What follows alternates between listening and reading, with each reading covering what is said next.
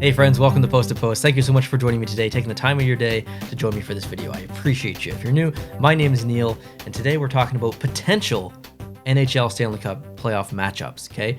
Obviously, this is a bit of a silly video. Hours after it's released, things could completely change, and will likely change. That's very plausible that things will totally change because of how close standings are. But it doesn't change the fact about the conversation around some of these awesome potential matchups. This time of the year is probably the best time of year, the lead up to trade deadline and the Stanley Cup playoffs. Like, it doesn't get any more exciting than this, other than the finals and the actual playoffs, of course. But I like the speculation, I like the conversation around some of these matchups. So that's why I typically do these videos this time of year. So let's dive in and let's look at the West, let's look at the East, and look up all the matchups total.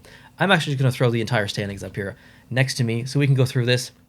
I've got them written down, but I want you to see the stats. I want you to see the games played, the amount of points, because yeah, Vegas might be in a playoff spot as I'm filming this, but they've played like 4 games more than Minnesota, who is above them, and 4 games more than Dallas, who is below them. So while they technically have more points than Dallas, it doesn't paint a great picture of where they should be. Point percentage is how you should do this, but this is the wildcard standings on NHL.com based on points. So just take that into consideration as well. If it was by point percentage, obviously things would be a little different, but we're going to use points here for today. So in the East, let's start off. We've got Florida versus what's going to be Washington. So Florida is the dominant team in the East based on points right now, and Washington is in the last wildcard spot. So that means Florida plays Washington. I think it would be a really good series. I would be a little bit worried about Florida in the sense that they may still be considered the underdog, even though they are dominating this year. They're having a fantastic year. I think people still would look. I don't know if they believe in Florida yet. They gave Tampa a run for their money last year, but there still hasn't been a great amount of success in postseason Florida. So I think some people would look at them and be like, I don't know, like Washington probably stands a good chance. And I don't necessarily disagree with that. I think Washington could beat Florida, but I would absolutely pick Florida as the winner in that series. And I think it would be very good hockey as well. Ovechkin, obviously, he's coming up on the end of his career. He wants a chance at another Stanley Cup, but Florida is just rolling. They've got all the right pieces. They've got all the right chemistry there. So I think that they would defeat Washington, and it is a series that I would watch. That's a question that I'm going to be answering as we go through this as well. Am I excited by this specific matchup that I'm talking about? And would I watch it hypothetically? So yeah, I would be excited by this one, and I would definitely watch it. Moving on to the next one is going to be Carolina, who's the next most promising team, and they're in the Metropolitan Division with 87 points. That means they would play the other wild card spot, which is Boston, which is 79 points. So about a 10-point discrepancy there, give or take. And they have a history.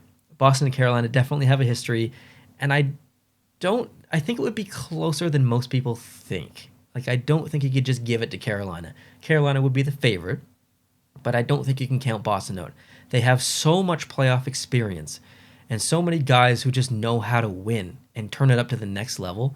I think it would probably go 7 games, 6 games at least. I can't see either team blowing out the other team. I think it would be a long series and a very, very enjoyable physical series as well. It would likely be one of my favorite series total in the first round. So that one's not actually that... that's not that far-fetched. And essentially, if you look at all the teams in here in the East, all these teams are going to make it. Washington is in the last, wildcard spot with 76 points currently. Columbus is next. They've got 63. There's a 13-point differential there. Do you really think that Columbus or any team near them, like the Islanders or whatever, are going to make up that entire gap in the next 20-ish games? Mathematically, it's possible, but realistically, very unlikely. So what you see now in the top 8 here are the teams that we're going to see in the East almost certainly. So Boston and Carolina could be a very possible outcome here in the playoffs. So although this is a silly video and this Boston Carolina might not happen, there's actually a pretty good chance that it might happen as well. Next one is going to be the Rangers and Pittsburgh. So they are the 2 following teams, Team 2, Team 3 in the Metropolitan Division. That, honestly, is probably the series that I would be most excited for because, number one, we get to see Pittsburgh do Pittsburgh things and be the underdog a little bit, even though they're a powerhouse team. Essentially, they've not missed the playoffs in forever, but still, they kind of feel like an underdog a little bit. They've lost some of their shimmer and shine from years ago. They're kind of more of a gritty team now. So I think that, watching them again to see how they would do against a high-flying team like the Rangers would make for an incredible series. It would be the series I'd probably look most at in the East. It would be my number one pick as far as what teams I'm watching and what series I'm watching in the East. So yeah, absolutely, I would love to see that, and I think it would go long. I can't see either of these teams wiping each other out in 4 or 5 either. I think it would be a long series, 6-7 games, I'm hoping. But yeah, that would be a good one. Next, we've got Tampa Bay and Toronto. So that's team 2 and 3 in the Atlantic.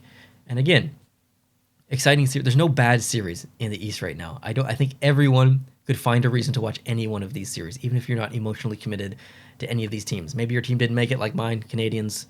But it's really easy to find a reason to watch these series. And I think Toronto, Tampa Bay is the perfect example of that. Toronto, who literally cannot get by the first round. They were up 3-1 against Montreal last year, and Montreal came back and beat them. It was like devastating to the team. And it was not even the first time that it kind of happened to them. Like, they just can't get by the first round. It's just year after year something happens. They just can't bring it to that next level. So is this the year that Toronto can bring it to the next level? Well, hypothetically, in this situation, they'd have to play Tampa.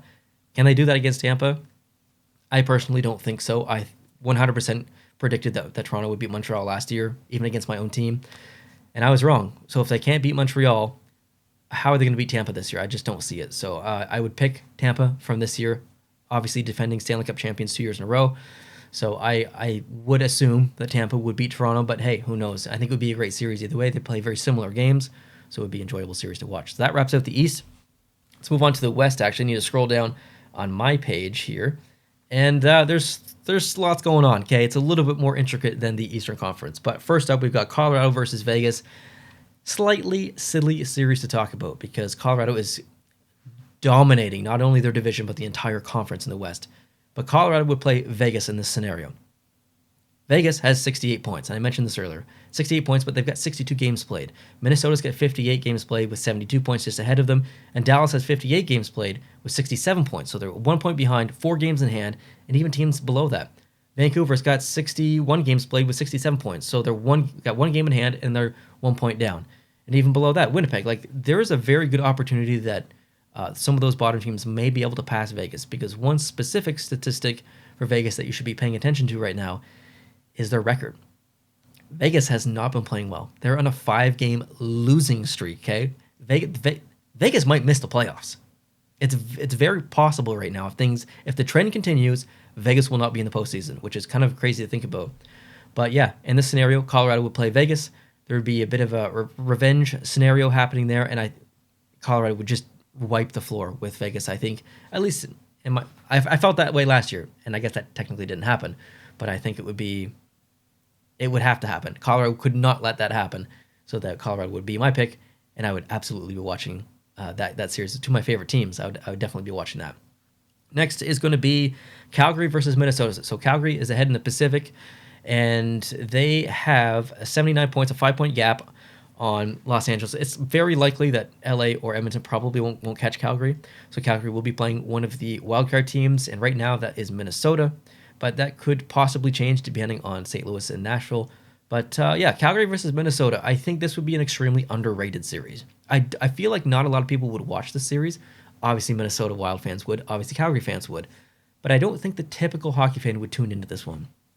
But that's a shame, because I think it would be one of the most enjoyable series in the entire playoffs. Everything that we've talked about so far, I think it would be extremely physical. It would be very strategic and fast. It would be great on all aspects of the ice. In net, goaltending, it would be a fantastic series. So I would love to see Calgary play Minnesota. I think that would be a great one. Next, we've got St. Louis versus Nashville. Two old rivalries, if you will. And I don't know if that's going to shake out in the exact way that it's aligned here right now. It could be Nashville in second. Nashville could be in a wild card spot, and St. Louis could be in second. It's so close right now. You don't know. But St. Louis and Nashville, I think there would never be a year where Nashville and St. Louis would be a bad series to watch. It would always be great hockey. There's a rivalry there. There's history there. And I think even just from a general hockey perspective, regardless of rivalry, it would be good hockey to watch. Because Nashville's a fun team to watch. St. Louis is a fun team to watch.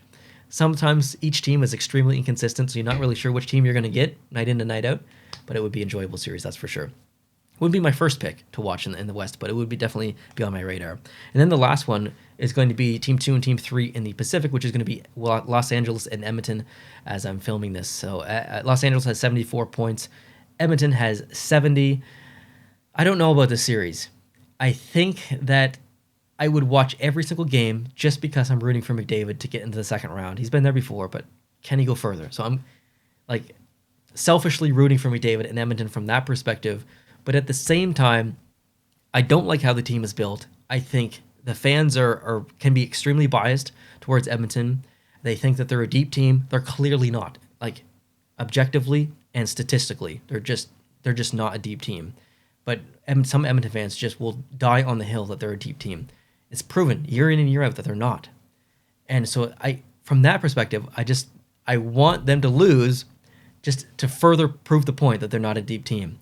But in the other sense, I really want them to win because I want them to be a deep team. I want them to go far. I want McDavid to have success. He deserves success. He doesn't deserve to go out in the first round of the playoffs every year or not make the playoffs.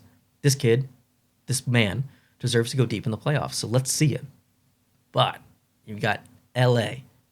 Very underrated, okay? Went through a lot of transitional years after the two cup wins. They still got some of those old dogs kicking around, but they've got so much youth as well coming up. So they're new. It's a fairly new team as far as the roster, but they're on an underdog. They're not the most enjoyable team to watch as a fan from just their style of play and stuff. But I love an underdog story, and right now I think LA is an underdog. I don't know. I like the story in LA. They're not my favorite team, not even close to my favorite team. Probably my least favorite team in California and the whole Pacific Division. But I always cheer for an underdog, and right now, even though technically LA's ahead in standings, I still see them as the underdog. What do you guys think? Let me know down below in the comments section of all the series that we've kind of went over here, or potential series rather. Which one would you watch the most? Which one would you think would be the best hockey, regardless if you're going to watch or not? Which one do you think would be the best hockey? Let me know what you think about all these series and who would win each series. What's your prediction? And like I said at the beginning, obviously, this really means nothing. This will all change by tomorrow morning, but it's still fun to look at, and it's exciting. It's good to get excited about the playoffs. So I hope you guys are excited. Thank you for watching and spending your time today on this video. I appreciate it. If you're new, please consider hitting the subscribe button. I release a video every single day here on the channel that's hockey related, or at least 99% of the content is hockey related. And of course, if you like this video, please hit the like button. Have a great day. I'll talk to you guys very soon. Adios.